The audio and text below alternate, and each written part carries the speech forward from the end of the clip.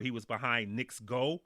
So, that's a very, very commendable race. But since then, he's been kind of subpar. Like I said, has not been seen since April. The Del Mar works are so. So it's a pass for me. The blinkers will probably help.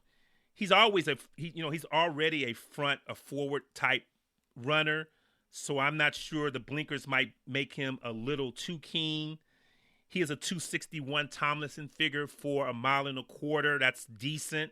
There's not a lot of races run at a mile and a quarter on the dirt in North America these days. So, those Tomlinson numbers are going to be not as high as turf numbers when you see those particular numbers in those parentheses. So, Independence Hall, like I say, good chance the blinkers going to put him up there. Like I say, I think it might make him a little too keen, and he's going to have to hold off some charges to some other runners in this race. So Independence Hall, there's going to be a lot of handicappers who like him.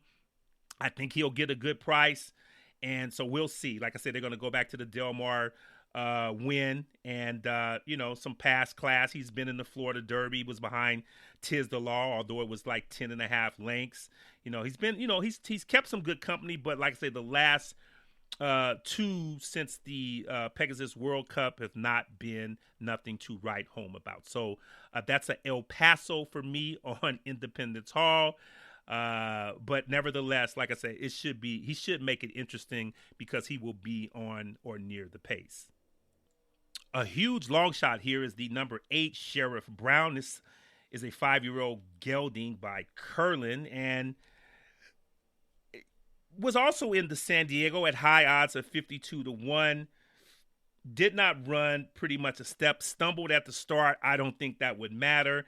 Been coming up the class. Is going to need a class drop after the Pacific Classic. So, he's gonna have those credentials that he ran against nice horses in the Pacific Classic. And when he drops into maybe grade 3 or maybe a high level allowance, he'll get a little respect and he'll have a better chance then. But he's never been the distance. He's been on Del Mar's. Obviously, that San Diego was his first Del Mar run. Like I said, he did not, at 52-1, probably not expected, but didn't run much of a step. And doesn't have a race on form. He does 21 lifetime starts, so maybe it goes back. He does have a mile and the eighth race at Remington, where he was up the track in that particular race. A mile and 70 yards at Zia Park in New Mexico, where he was third by 6. So, I think this is just a shot for 4th or 5th with this gelding by trainer Todd Fincher. Edwin Maldonado, who is known as the best gate rider in Southern California. I don't think he has a chance on this gelding to get out the gate. So, like I said, I just think that the connections here are looking for lightning in the bottle to maybe get 4th or somewhere, maybe even possibly 3rd if the race falls apart. Trainer Craig Delassie sends out the 9 Cupid Claws. Now, this is a gelding by Kitten's Joy. Obviously, when you see Kitten's Joy, you think of turf. And he comes out of that Cougar, the second race, the grade 3 that was won by the 2 Tiz Magician, and put on blinkers that race for the first time in a while, in about 5 races.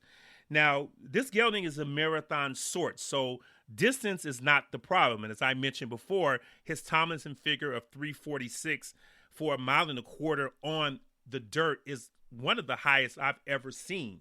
So, we know he's a marathoner, but he's not a fast marathoner. He did win the Tokyo City at Santa Anita, a grade 3, which was a mile and a half. Like I said, we know he can get a mile and a half, a mile and a quarter. He's going to be able to get the distance, but he's going to be, maybe 8 or 9 lengths behind Express Train and Royal Ship when they cross the wire. But like I said, the distance will not be any problem. The Del Mar works are actually excellent. A 46 flat, which he used up because that race was on the 18th and he worked the 46 flat on the 14th. Well, on August 1st, he worked a 47.3, August 8th, a 113 flat, and on August 14th, a 1 minute flat. So not without a shot to get you excited. The post is going to be tough for him because, he's already under the gun with the class level, and now you throw in the post, and he is going to have to run and try to sit somewhere on the flank of Independence Hall, the 7, wherever Independence Hall is going to be, because he can outbreak Sheriff Brown. So he's going to have to clear Sheriff Brown and get his position 3rd or 4th, somewhere on the flank of Independence Hall. And if that happens, he can have a chance to hit the board. So because we know he can run all day and all night. But like I said, the question is how fast. This is a 9 Cupid's Claws. This is a Craig Delassie trained horse. Umberto Rispoli will ride. And Umberto got off to a very, very slow start. He's starting to pick it up now. He's known as an outstanding turf rider, so he's getting a lot of turf runners that people bet off the board and sometimes overbet. But he'll get a nice price here, 15-1 on the morning line. I think you'll get somewhere higher than that, just based upon the post position. I think in this particular situation, this post position might be worth 3 to 4 points in odds. So in other words, if he had the 3 hole, he might go off somewhere around 12 or 13-1. Here, I think somewhere around 18, 19, maybe even 20-1. So that's the field for the Grade 1 $1 million TVG Pacific Classic. My top pick is Express Train. My second choice is Royal Ship. I am not sure how I'm going to use because in the pick 5, obviously I'm using the pick 5 and the pick 4 and the pick 3. It just depends on who I'm going to use in the races before or the races after. Okay, ladies and gentlemen, let's cover the Grade 2 Del Mar Mile. It's a $300,000 purse for 3-year-olds and up, and it goes off as race 7 on tomorrow at Del Mar. Now, only 6 are signed up here, and there's some interesting propositions here, even though there's 6 runners, and I'm going to go straight to the runner I like best, and I'm going to tell you why I don't think the morning line favorite Mo Forza, the 6 on the outside, will not even be favored tomorrow, even though he has some outstanding numbers. I think the favoritism is going to go to the 3 Smooth Like Straight based on pace. But anyway, let me just get to the meat right here. The 2 Hit the Road. Now, Florent Giroux is going to ride, and Dan Blacker is the trainer. Now, the only thing, now, first of all, this is my top pick. I'm not going to play the cold trainer game or the cold jockey game. I hardly ever do because, like I said, it's about horses and it's about how horses are doing and performing. So Dan Blacker is 0 for 13 with 2/3. So does not have a win at this particular meet unless he got a win yesterday or today. So, but this is this 4-year-old colt is a true professional miler and has been off since April. Florent Giroux is going to ride and has not been seen since the Maker's Mark at Keeneland, where he was the beaten favorite, ran evenly. I remember that race. I rewatched that race. He kind of got blocked around the first turn and then came on and made a little run on the turn and then got passed by a couple of horses. Before that race, he had won 4 straight. So Hit the Road always finds a way to close into a pace, whether it's slow or fast. And tomorrow will be no exception because Smooth Like Straight and the 1 Neptune Storm will provide that pace for him. Hit the Road is 2 for 3 at Del Mar. And when you look back, when he broke his maiden here, it was a very, very dottle race. It was, he only got a 57 buyer for that. But this Kentucky bred came back and won actually ran 4th in the Grade 3 at Del Mar, and then came back and won the traditional opening day stake, the Oceanside, and won pretty much going away. So loves Del Mar, coming into the race just fine. Blacker, for what it's worth, the trainer is near 30% with these type layoffs. So the layoffs that are between 2 and 6 months, and that's where Hit the Road falls into. He will be running over horses coming home, and I think he will get the jump on other runners in this race. So that is my top pick, the 2, Hit the Road. Let's rewind now and go back to the 1, Neptune's Storm. Now, Neptune's Storm is going to probably have the lead. Now, this gelding with the rail and Juan Hernandez is probably, I think Smooth Like Straight, the 3, which I'll get to in a second.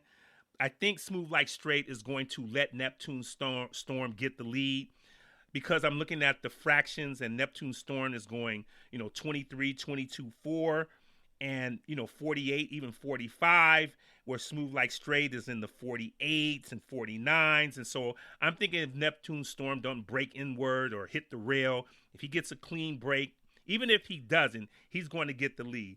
And Smooth Like Straight is going to sit.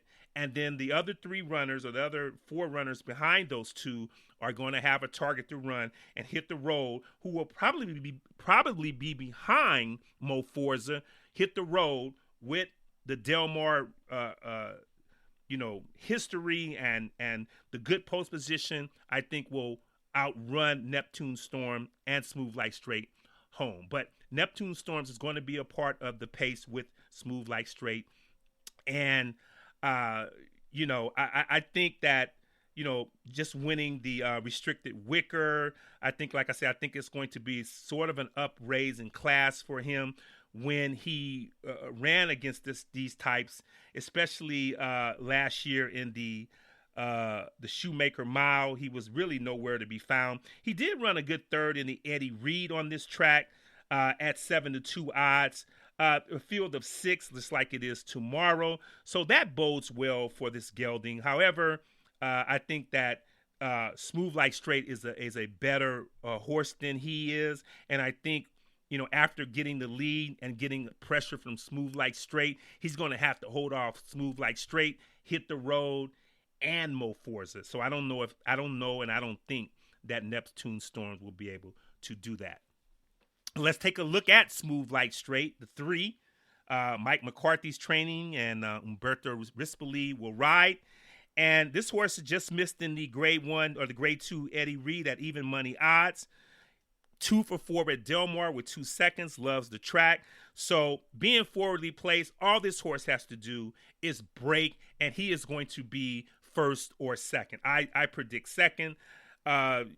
He's going to, like I say, have the target off Neptune Storm. He is going to get first run on the entire field. That includes Hit the Road and Mo Forza.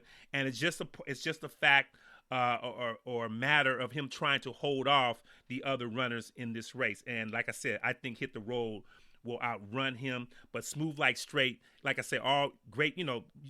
All he has to do is break evenly, and he'll be right there. Number 4, Next Shares, Richard Baltas horse. And this gelding is, hasn't won since 2019, or, he was 0 for 5 this year, 0 for 7 in 2020. Does have a win on Del Mar's turf, has a good Del Mar turf work since his last start. Giovanni Franco is going to ride. Running lines showing that, he makes one run, and I don't think it's going to be good enough. He's got too much class behind him. He's got too much class in front of him, and he's going to have too much class on the side of him. Needs a class drop. This is not going to be, it's not going to turn out well trying to win this grade 2 Del Mar Mile tomorrow with these runners in the race. It's just not going to, like I say, work out for him. The number 5, Count Again, trained by Phil D'Amato. Joe Bravo will ride. Joe Bravo is fitting in very, very nicely on the Southern California circuit here at Del Mar. Joe is always known as a very, very good turf rider. Now, this is an interesting possibility here. Now, he comes out of the Eddie Reed, where he just missed by a length and a quarter, closing nicely into a slow pace. Now, well bet with blinkers that day, getting blinkers again tomorrow.